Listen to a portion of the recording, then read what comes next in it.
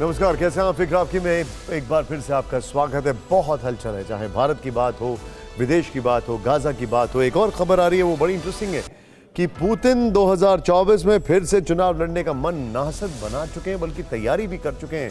Kremlin ने इसकी पूरी स्ट्रैटेजी तैयार कर ली है। 6 साल के लिए फिर से राष्ट्रपति पद के पुतिन हकदार, दावेदार, जो भी आप कहना चाहें, वो बनने के लिए तैयार हैं। लेकिन पहली बड़ी खबर, लोकसभा सांसद महुआ मोइत्रा की सदस्यता रद्द। पैसे लेकर सवाल पूछने के मामले में कार्रवाई, लोकसभा की एथिक्स कमेटी ने की थी सिफारिश। बड़ी खबर, महुआ की सदस्यता जाने पर ममता ने उठाए सवाल। सदस्यता खत्म करना लोकतंत्र की हत्या, ममता ने कहा। स्पीकर ने कहा महुआ मोइत्रा का व्यवहार अनैतिक है। एक और बड़ी खबर आ रही है, महुआ के निष्कासन के खिलाफ एकजुट हुआ विपक्ष। चर्चा के बाद प्रस्ताव पर हुई वोटिंग से विपक्ष का वॉकआउट। फैसले के बाद संसद के बाहर विपक्ष ने विरोध जताया।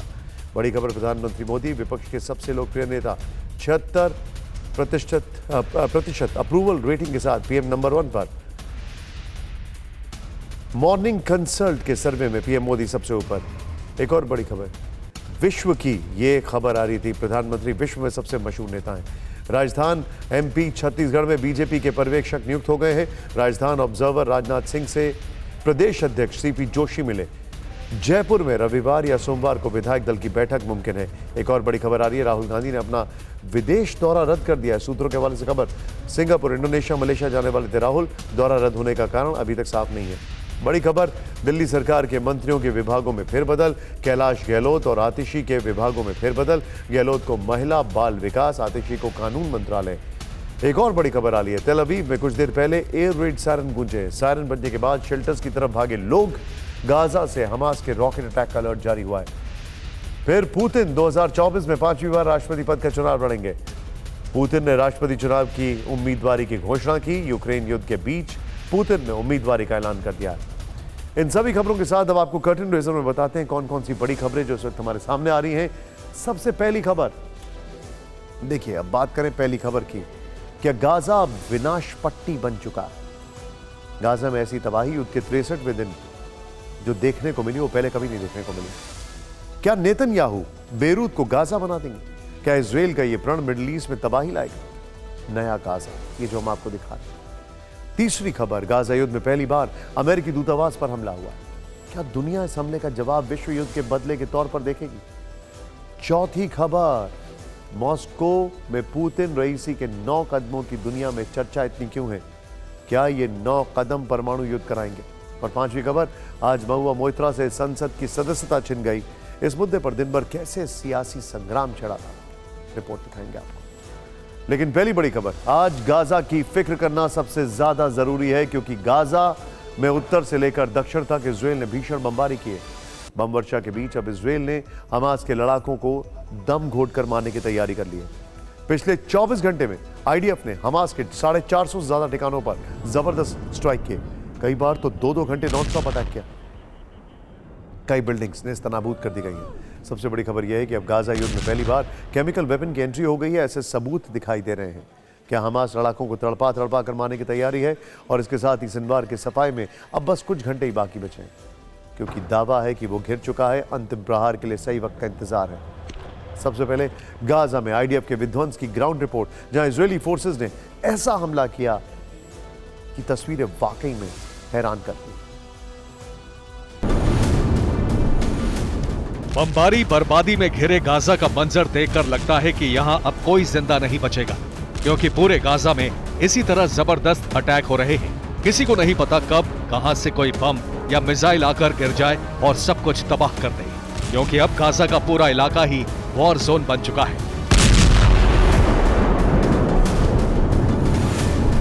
ये तस्वीरें देखिए, गाजा में आईडीएफ ने भीषण एयर स्ट्राइक की। कई इमारतों को जमींदोज कर दिया। धुएं के गुबार से तबाही का अंदाजा लगाना मुश्किल नहीं है। हमले में 17 लोगों के मारे जाने का दावा है।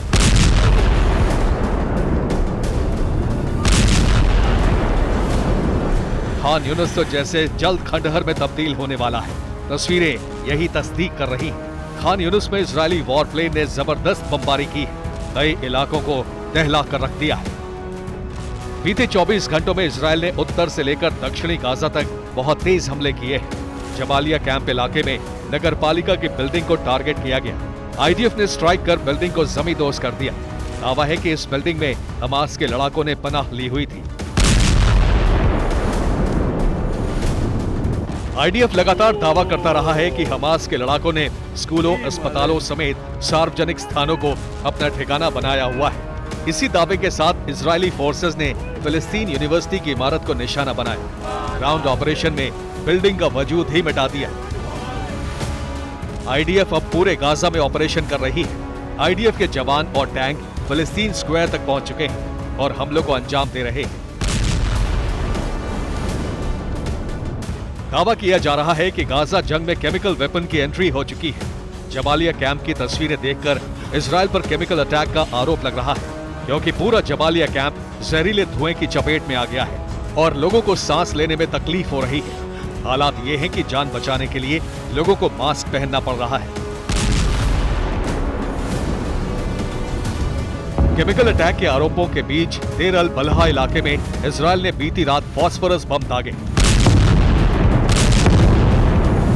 कुल मिलाकर बीते 24 घंटे में 450 से ज्यादा टारगेट पर हमले किए गए। हमलों में हमास के मिलिट्री कंपाउंड, ऑब्जर्वेशन पोस्ट और वेपन डिपो तबाह किए गए।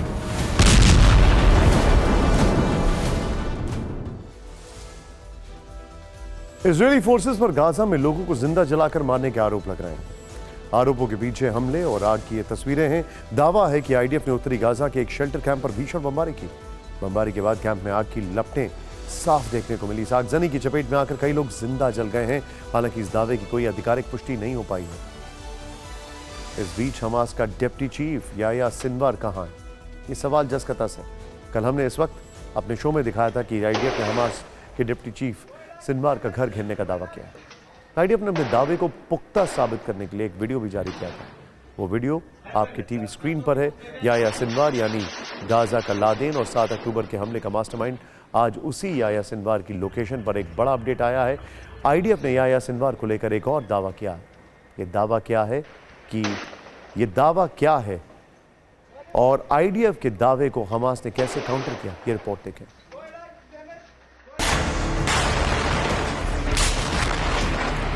याह्या सिनवार मारा गया। इजरायली पीएम बेंजामिन नेतन्याहू को इसी समाचार का बेसब्री से इंतजार है। आईडीएफ की तरफ से याह्या सिनवार को कभी सुरंग में घेरने का दावा होता है, कभी सिनवार के घर की घेराबंदी की खबरें आती हैं। हालांकि सिनवार का पता नहीं चलता। अपनी जान बचाने के लिए सिनवार लगातार अपनी लोकेशन बदल रहा है। पहले पता चला कि सिनवार दक्षिणी गाजा में सुरंग में छिपा है, लेकिन कोई सुराग नहीं मिला। इसके बाद खान यूनुस में उसके घर की घेराबंदी का बाकायदा वीडियो सामने आया, लेकिन सिनवार नहीं मिला।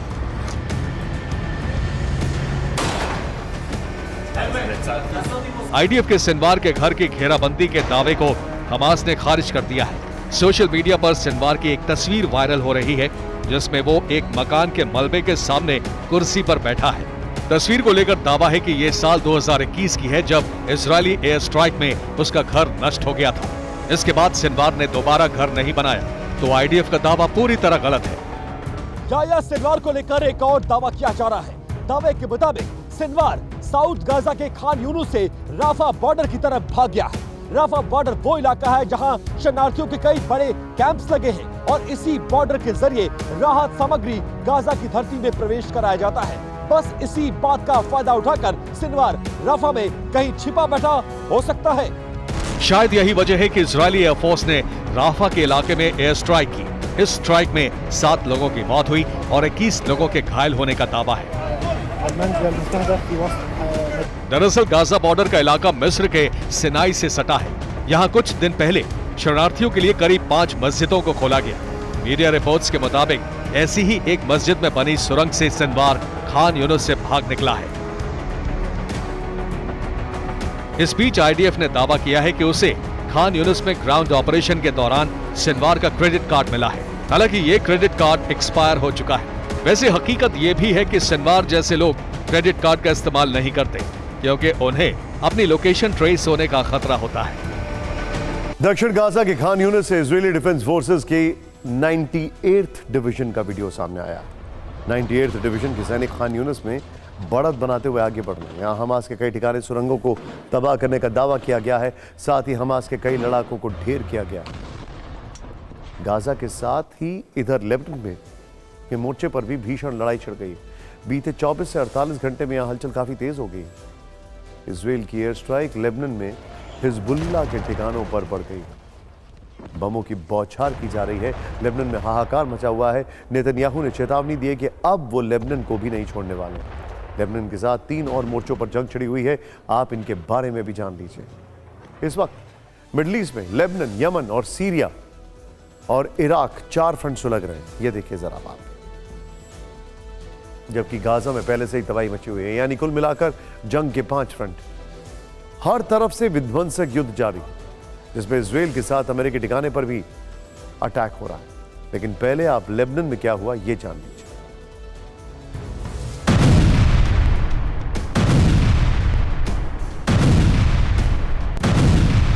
हमास को मिट्टी में मिलाने के मिशन में जुटा इजराइल अब लेबनान को भी नेस्तनाबूद करने में जुटा हुआ है। लेबनान पर इजरायली हमले का विनाशकारी वीडियो सामने आया है। आईडीएफ हिजबुल्लाह के ठिकानों को चुन चुन कर ध्वस्त कर रही है। लेबनान के रिहायशी इलाकों पर बारूद बरस रहे हैं।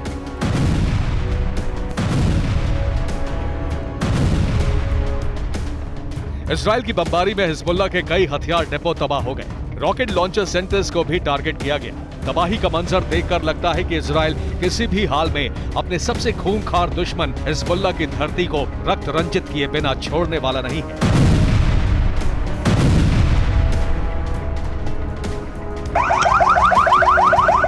लेबनान के मजदल में हमले से अफरा तफरी मच गई। घायलों को अस्पताल पहुंचाने के लिए एम्बुलेंस बुलाई गई।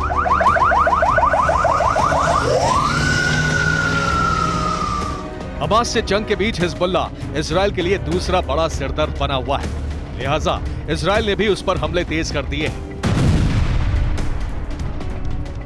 भीषण अटैक के बीच नेतन्याहू आईडीएफ के नॉर्दर्न कमांड हेडक्वार्टर पहुंचे, जहां से उन्होंने धमकी दी कि अगर हिजबुल्लाह ने युद्ध की शुरुआत की तो बेरूत को गाजा और दक्षिण लेबनान को खान यूनिस में बदल दिया जाएगा। हालांकि इजरायली हमले का हिजबुल्लाह ने भी करारा जवाब दिया।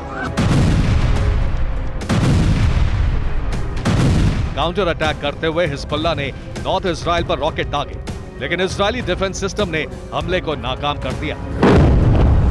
हिजबुल्लाह के रॉकेट को आसमान में ही नष्ट कर दिया। हिजबुल्लाह ने इजराइल के अल मनारा इलाके में आईडीएफ पोस्ट पर पिन पॉइंट अटैक किया।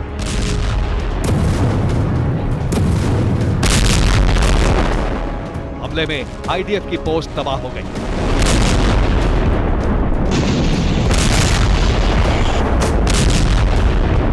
वार पलटवार में नेतन्याहू ने धमकी दी तो हिजबुल्लाह भी कहां चुप रहने वाला था। हिजबुल्लाह ने अपने स्नाइपर्स का वीडियो जारी कर इजराइल को धमकी दी। अल कसाम ब्रिगेड के स्नाइपर्स को भी एक्शन में दिखाया गया। हिजबुल्लाह ने प्रोपेगेंडा वीडियो भी जारी किया, जिसमें हिजबुल्लाह चीफ नसरुल्लाह का संदेश है। वीडियो में हिजबुल्लाह लड़ाके वॉर एक्सरसाइज करते दिखे। इन वीडियोस के जरिए नेतन्याहू को यह संदेश देने की कोशिश है कि अगर इजराइल वार करेगा तो हिजबुल्लाह फाइटर्स भी आईडीएफ को सबक सिखाने के लिए तैयार बैठे हैं।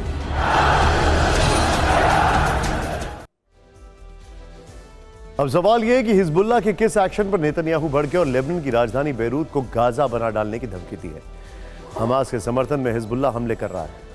रॉकेट और मिसाइल से इजराइल पर हमले, आईडीएफ के ठिकानों और उत्तरी इजराइल पर हमले किए गए। सीमा पर बसे गांवों को निशाना बनाया गया है, जिसमें एक इजरायली की मौत हो गई है। हिजबुल्लाह इजराइल के लिए बहुत बड़ा खतरा बन रहा है। 1982 से 1985 तक इजराइल लेबनान के बीच जंग चली। इसके बाद 2006 में हिजबुल्लाह के साथ 34 दिन तक लड़ाई हुई। दोनों युद्ध में लेबनान से लेकर इजराइल तक भारी तबाही हुई। लेकिन 2006 के बाद हिजबुल्लाह अपनी ताकत में काफी इजाफा कर चुका है। उसके पास ईरान के खतरनाक हथियार हैं, मिसाइल है, रॉकेट है। उसे दुनिया में शिया मुस्लिम प्रधान देशों का भारी समर्थन हासिल है। देखिए क्या मामला है। नेतन्याहू बहुत दबाव में है। उनकी वॉर कैबिनेट के एक बड़े नेता के जो बेटे हैं वो गाजा में शहीद हो गए। लेबनान के फ्रंट पर लोग परेशान हैं। लेबनान से जुड़ा जो इजराइल का बॉर्डर है वहां पर लोग परेशान हैं। वेस्ट बैंक में हलचल बढ़ गई। इस बीच नेतन्याहू के खिलाफ करप्शन की इंक्वायरी चार्जेस भी वो भी खुल चुके हैं। और अमेरिका ने ये साहब इन्होंने ऑलरेडी 1 हफ्ते का अल्टीमेटम दे रखा है। क्या करेंगे नेतन्याहू?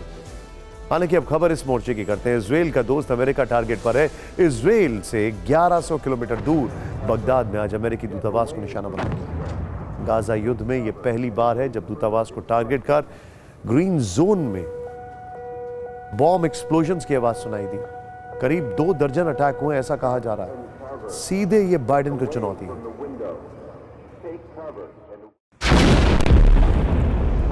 गाजा में छिड़ी लड़ाई ने मिडिल ईस्ट में अमेरिका के लिए मुसीबतें खड़ी कर दी हैं। इस इलाके में उसके ठिकाने बार बार निशाना बन रहे हैं। ईरान समर्थित संगठन सीरिया से लेकर इराक तक में अमेरिकी बेस को टारगेट कर रही हैं। लेकिन इस बार बगदाद में यूएस के दूतावास पर हमला हो गया। इस बार बगदाद के हाई सिक्योरिटी वाले ग्रीन जोन में अमेरिकी एम्बेसी पर अटैक किया गया, जिसके बाद पूरा इलाका सायरन की आवाज से गूंज उठा। गाजा युद्ध में अमेरिका इजराइल के साथ खड़ा है, जिसके बाद से वो इन इलाकों में एक्टिव मिलिशिया संगठनों के निशाने पर है। अल जजीरा के मुताबिक सुबह 4:15 बजे अमेरिकी दूतावास की ओर 14 कत्यूशा रॉकेट दागे गए, जिनमें कुछ दूतावास के गेट के करीब जबकि बाकी टिग्रिस नदी में गिरे। हमले का शक ईरान समर्थित संगठन पर है। अमेरिका कई बार यह आरोप लगा चुका है कि ईरान अपने मोहरों को उकसा रहा है और उनको रॉकेट और ड्रोन दे रहा है। दूतावास से पहले इराक और सीरिया में अमेरिकी बेस पर 78 हमले हुए।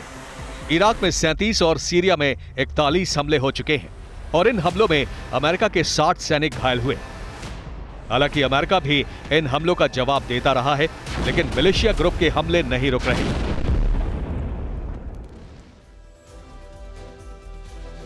सीरिया में अमेरिकी बेस टारगेट पर है।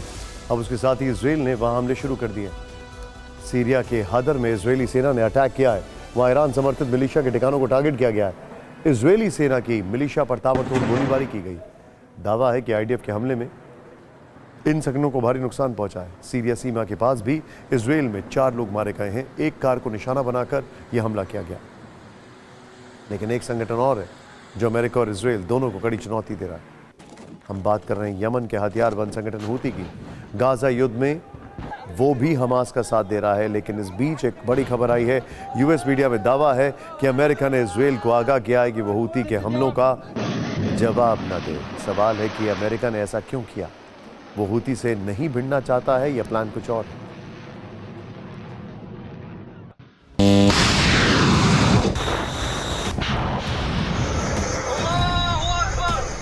अमेरिका ने यमन में एक्टिव हूती विद्रोहियों के हमले पर पलटवार करने से इजराइल को रोक दिया है।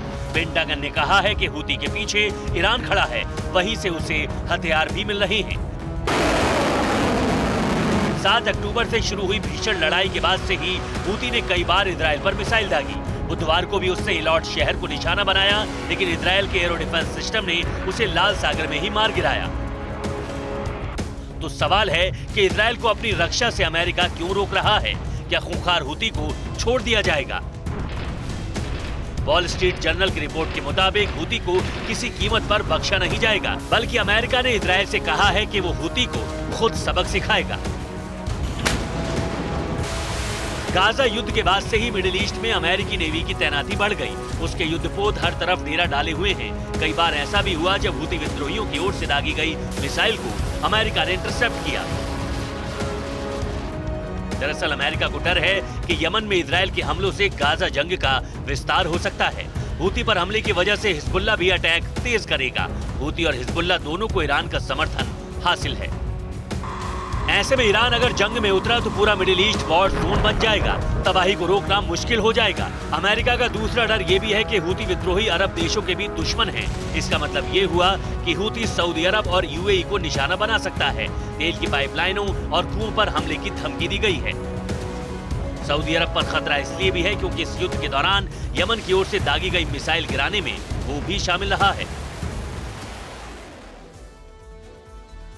अमेरिका इसलिए हूती को एंगेज नहीं करना चाहता है क्योंकि यमन की तरफ से एक बड़ा इंपॉर्टेंट ऑयल पैसेज है जहां से दुनिया का करीब करीब 4 से 9% ऑयल ट्रांसपोर्ट होता है। यमन जब चाहे उस कनाल को ब्लॉक कर सकता है। दूसरी बड़ी खबर, अमेरिका डायरेक्टली किसी भी युद्ध में अपने आप को एंगेज नहीं करना चाहता है, क्योंकि चुनाव नजदीक। युद्ध के 80 दिन बाद रूस का यूक्रेन पर क्रूज मिसाइल अटैक।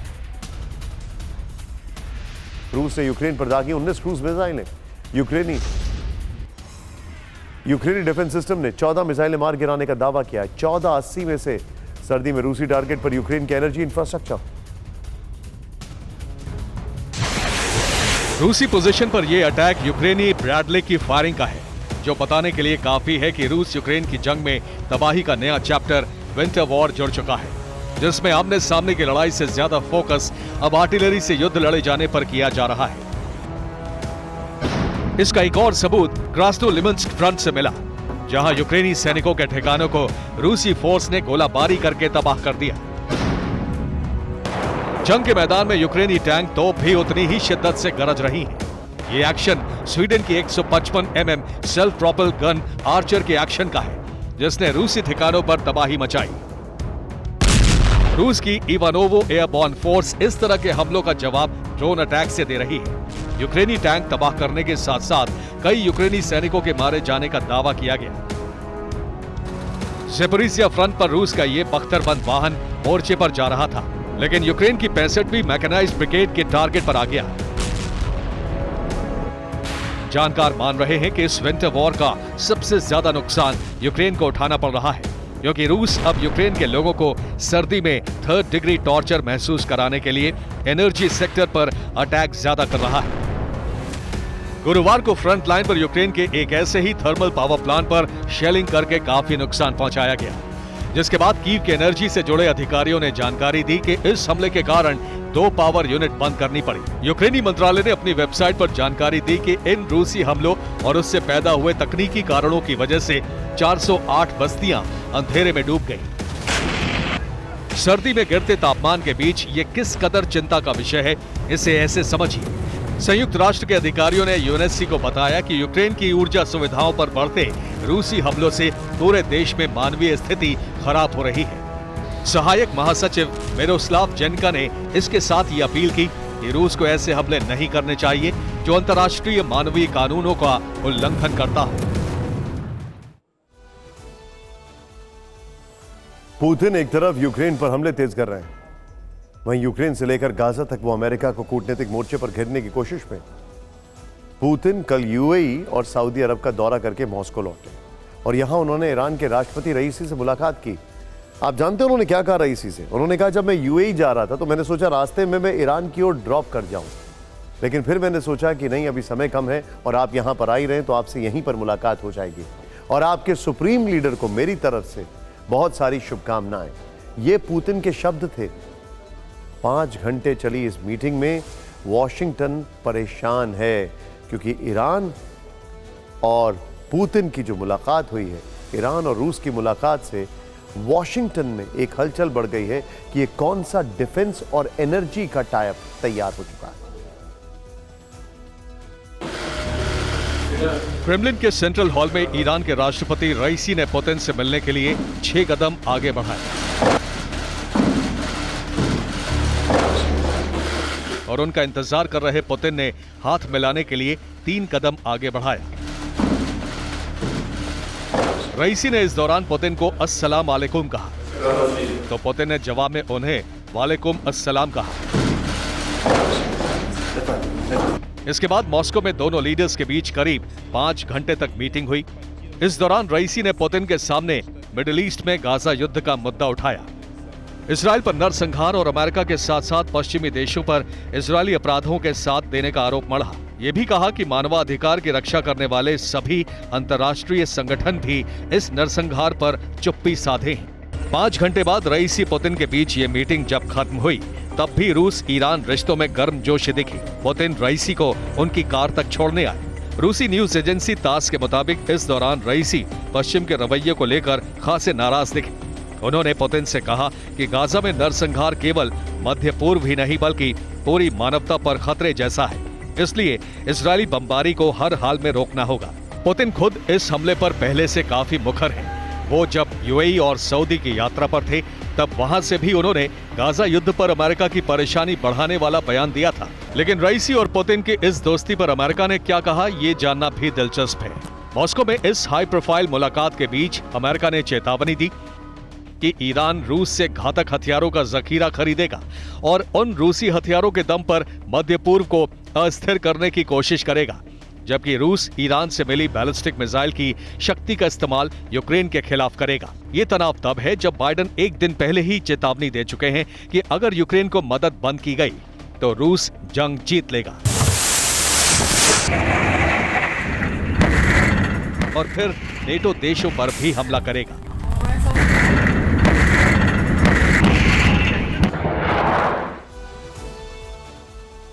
इसी मीटिंग में, इसी ब्रीफिंग में बल्कि जॉन कर्बी ये भी कहते हैं कि गाजा के लिए अमेरिका के अलावा कोई ऐसा मुल्क है जिसने सबसे ज्यादा कुछ किया हो। खैर, पुतिन के करीबी मेदवेदेव की वर्ल्ड वॉर की चेतावनी एक बार फिर। रूस नेटो के बीच सीधा टकराव मुमकिन है, मेदवेदेव ने कहा। रूस नेटो में जंग एक वास्तविक खतरा, मेदवेदेव ने कहा। तीसरे विश्व युद्ध की आशंका से इनकार नहीं, मेदवेदेव ने कहा। क्यूबा संकट के बाद सबसे ज्यादा खतरा, मेदवेदेव ने कहा।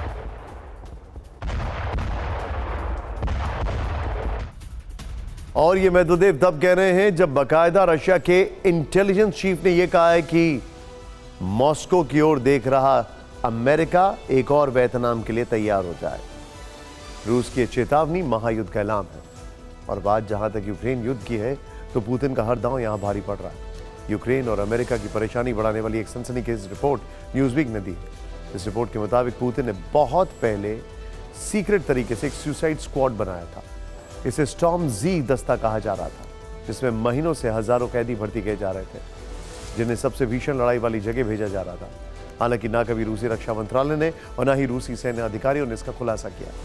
लेकिन न्यूज़वीक को पता चला है कि स्टॉर्म जी दस्ते में शामिल कुल दोषी कैदियों की संख्या करीब 1 लाख है। इन्हें 6 महीने तक जंग लड़ने के बदले में रूसी राष्ट्रपति की तरफ से क्षमादान की पेशकश की गई थी। इनमें से अब 50,000 कैदी रूस की सड़कों पर चलने के लिए पूरी तरह आजाद। और सबसे ज्यादा हैरानी यह है कि इसी स्टॉर्म जी दस्ते में कई कैदी नरभक्षी हैं। युद्ध के मैदान में ज़ेलेंस्की की सेना का मुकाबला किन लोगों से हो रहा है, इसका अंदाजा आप न्यूज़वीक की इस रिपोर्ट से लगा सकते हैं। शायद इसीलिए रूस की विदेशी खुफिया SVR के प्रमुख ने अमेरिका को एक चेतावनी दी। उन्होंने कहा कि यूक्रेन के लिए अमेरिका का समर्थन खतरनाक है। यूक्रेन अधिक से अधिक संसाधनों और लोगों की जान लेने वाला ब्लैक होल बन जाएगा। यह पश्चिमी समर्थन यूक्रेन को दूसरे वियतनाम में बदल देगा। यह दूसरा वियतनाम वॉशिंगटन को बरसों तक परेशान करेगा। अमेरिका अपने रवैये से रूस के निशाने पर है तो भारत अपने सफल कूटनीति से रूस अमेरिका दोनों का करीबी है।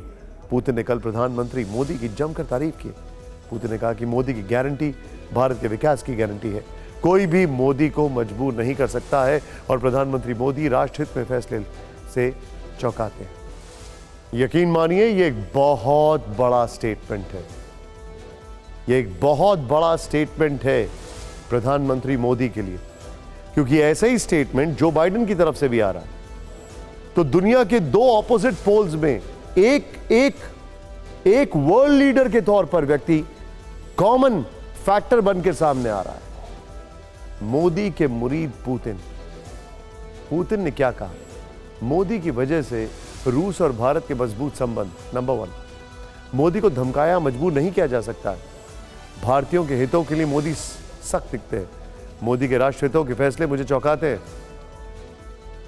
विदेश नीति की बात की जाए, भारत की विदेश नीति की भी तारीफ की। व्यापार पर भारत रूस का कारोबार लगातार बढ़ रहा है। पीएम नरेंद्र मोदी विश्व के सबसे लोकप्रिय नेता। इस वक्त की बड़ी खबर आपको बता दें, 76% अप्रूवल रेटिंग के साथ पीएम नंबर 1 पर।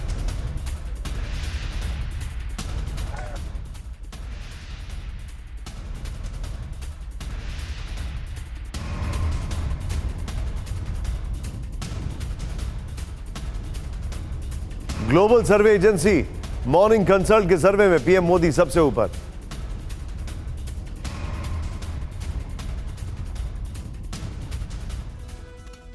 दुनिया भर में नेताओं की अप्रूवल रेटिंग जानने के लिए यह सर्वे किया गया, जिसके लिए ग्लोबल सर्वे एजेंसी मॉर्निंग कंसल्ट ने डेटा इकट्ठा किया। ये डेटा 29 नवंबर से 5 दिसंबर के बीच, यानी बहुत लेटेस्ट है। यानी एक हफ्ते के दौरान ये डेटा जुटाया गया जिसमें सभी देशों के लोगों से राय पूछी गई। हालांकि देशों के हिसाब से सैंपल साइज में थोड़ा अंतर भी है।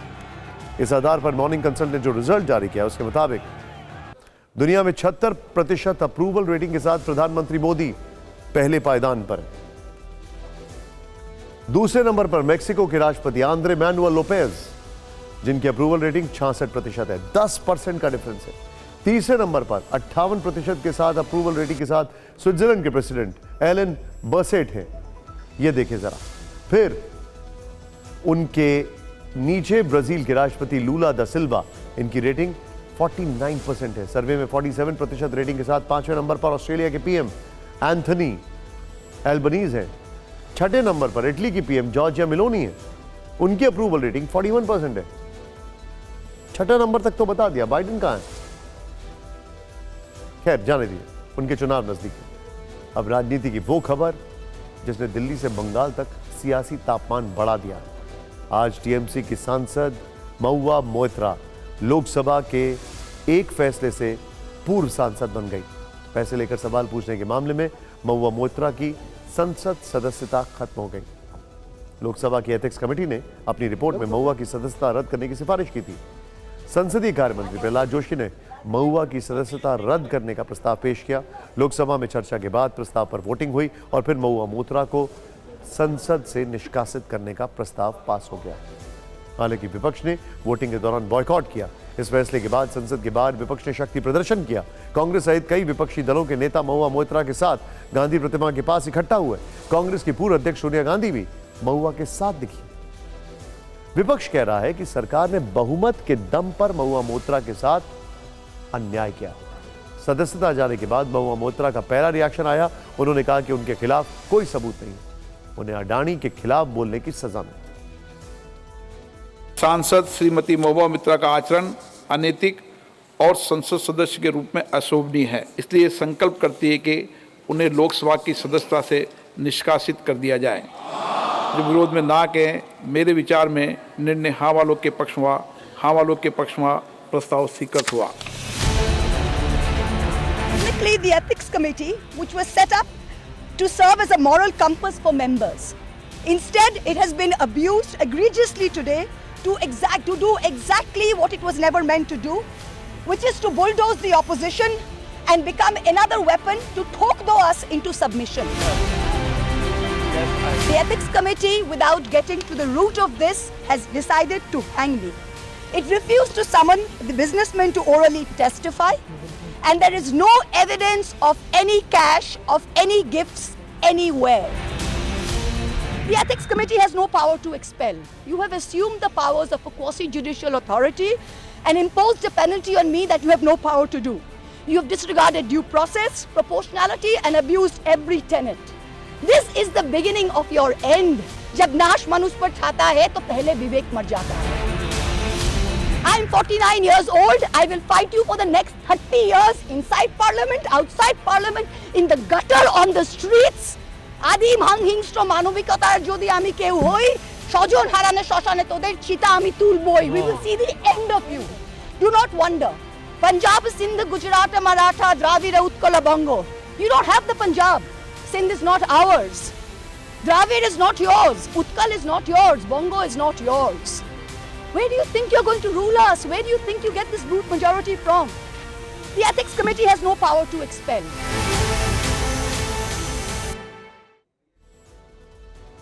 महुआ मोइत्रा की सदस्यता बीजेपी सांसद निशिकांत दुबे की शिकायत के बाद गई।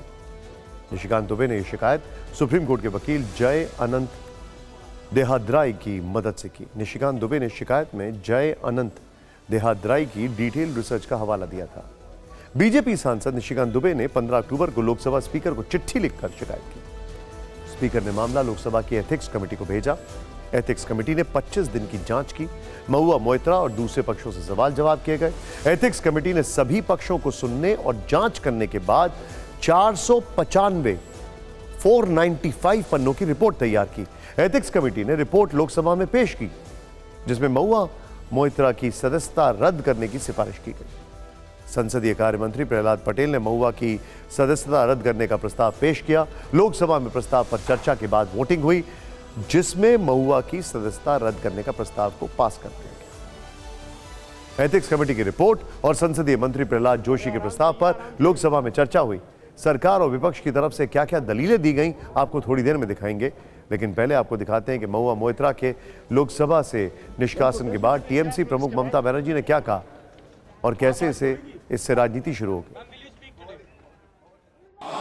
जो विरोध में ना कहें, मेरे विचार में निर्णय हाँ वालों के पक्ष हुआ, हाँ वालों के पक्ष हुआ, प्रस्ताव स्वीकृत हुआ। Didn't allow Mahua to take her own stand to explain her situation. Today maybe they are in majority, but tomorrow they may not be there. I strongly condemn it. Party is totally behind the Mahua, and our party will fight along with Indian Alliance together.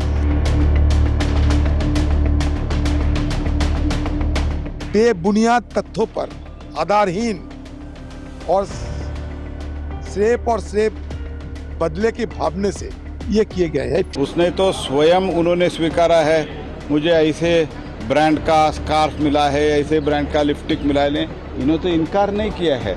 And she has travelled more than 36 time to various other places. और हीरानंदानी ने स्वीकार कर दिया है कि ये तो इनका पूरा जर्नी तो मैंने स्पॉन्सर किया हूँ। जिसका एफिडेविट का हीरानंदानी का एफिडेविट को रिलाई कर रहे हैं, एथिक्स कमेटी के पास हीरानंदानी नहीं आया, जो महुआ मोइत्रा को हीरानंदानी का क्रॉस एग्जामिन करने नहीं दिया। 2013 तक महुआ मोइत्रा इनकम टैक्स पे ही नहीं थी, 0 रुपया पे करती थी, और उसके बाद 5 वर्षों में कैसे उन्होंने 35 देशों की यात्रा की है, यह बताना चाहिए।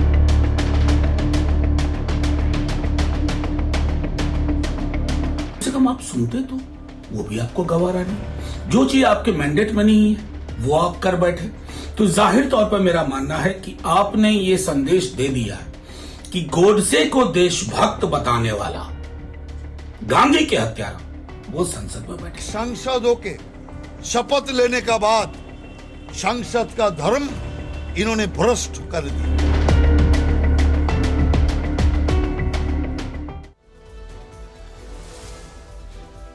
लोकसभा की एथिक्स कमेटी ने संसदीय लॉगिन आईडी और पासवर्ड शेयर करने को काफी गंभीर माना। जांच के बाद एथिक्स कमेटी ने अपनी सिफारिश में लिखा, महुआ मोइत्रा ने सांसदों के पोर्टल पर लॉगिन के लिए अपनी यूजर आईडी और पासवर्ड अनधिकृत व्यक्ति को दिया है, जो अनैतिक आचरण और सदन की अवमानना है, जिसका असर राष्ट्रीय सुरक्षा से जुड़ा है, यानी जो राष्ट्रीय सुरक्षा के लिए खतरा हो सकता है। एथिक्स कमेटी ने इसे गंभीर अपराध मानते हुए महुआ को लोकसभा से निष्कासित करने की सिफारिश की। इसी के साथ एथिक्स कमेटी ने रिपोर्ट में लिखा कि महुआ मोइत्रा ने के आपत्तिजनक, अनैतिक, घृणित और आपराधिक आचरण की गहन जांच की जाए। महुआ मोइत्रा पहली लोकसभा सांसद है जिनकी सदस्यता एथिक्स कमेटी की सिफारिश के आधार पर गई है। वैसे एथिक्स कमेटी की सिफारिश पर राज्यसभा में 2 सांसदों की सदस्यता जा चुकी है। 2005 में छत्रपाल सिंह लोढ़ा को लोकसभा से निष्कासित किया गया। 2006 में एथिक्स कमेटी की रिपोर्ट के आधार पर इसको करेक्ट करना चाहूंगा, मैं आपको एक बार फिर से बताना चाहूंगा, राज्यसभा से निष्कासित किया गया। 2006 में एथिक्स कमेटी की रिपोर्ट के आधार पर साक्षी महाराज की संसद सदस्यता खत्म की गई थी। लेकिन यहां आपको बता दें कि संसद की एथिक्स कमेटी 2015 में पूरी तरह प्रभावशाली हुई, इससे पहले के फैसले एडहॉक एथिक्स कमेटी ने लिए थे। अब फिक्र की एक ऐसी खबर जिसमें एक बड़ी तस्वीर और एक बड़ी खबर वो बता रही है। ये एक ऐसी तस्वीर है जिसमें सिर्फ और सिर्फ नोट है, 500 के नोट, 200 के नोट, 100 के नोट। ये इतने नोट हैं कि इनको रखने के लिए 9 अलमारियां कम पड़ गई, 156 बैग कम पड़ गए। यही इन्हें बैंक ले जाने के लिए ट्रक लाना पड़ा। कैश को गिनने के लिए कई मशीनें लगाई गई। खबर है कि दरअसल ये नोट कांग्रेस के राज्यसभा सांसद धीरज साहू और उनके करीबियों के ठिकाने पर मिले हैं, जो 200 करोड़ रुपए से ज्यादा हैं। ऐसे में इस खबर की हर छोटी बड़ी डिटेल जानकारी आपको जाननी चाहिए। लेकिन पहले इन तस्वीरों पर हमारी एक छोटी सी रिपोर्ट देखें।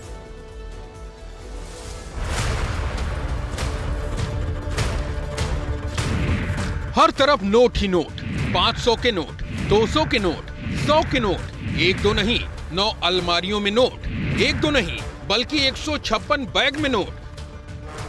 नोट से भरे इस कमरे के 56 सेकंड के इस वीडियो ने पूरे देश को हैरान कर दिया। आयकर विभाग के अधिकारी जब इस कमरे में पहुंचे तो एक साथ 9 अलमारी देख हैरान रह गए, जिनमें सिर्फ और सिर्फ नोट भरे थे। ये अलमारियां उस वक्त भी कुछ इसी तरह कैश से भरी हुई थी, जिस तरह आप देख रहे हैं। इन अलमारियों में से किसी में सिर्फ और सिर्फ 500 रुपए के नोट ही नोट थे, तो किसी में सिर्फ 200 रुपए के नोट थे, तो किसी में सिर्फ 100 के बंडल थे। यही नहीं, जो नोट अलमारियों से बाहर रह गए वो बैग में रखे गए, इतने कि 156 बैग भी कम पड़ गए। इतने नोट की इन्हें बैंक ले जाने के लिए ट्रक लाना पड़ा। कैश को गिनने के लिए कई मशीनें लगाई गई।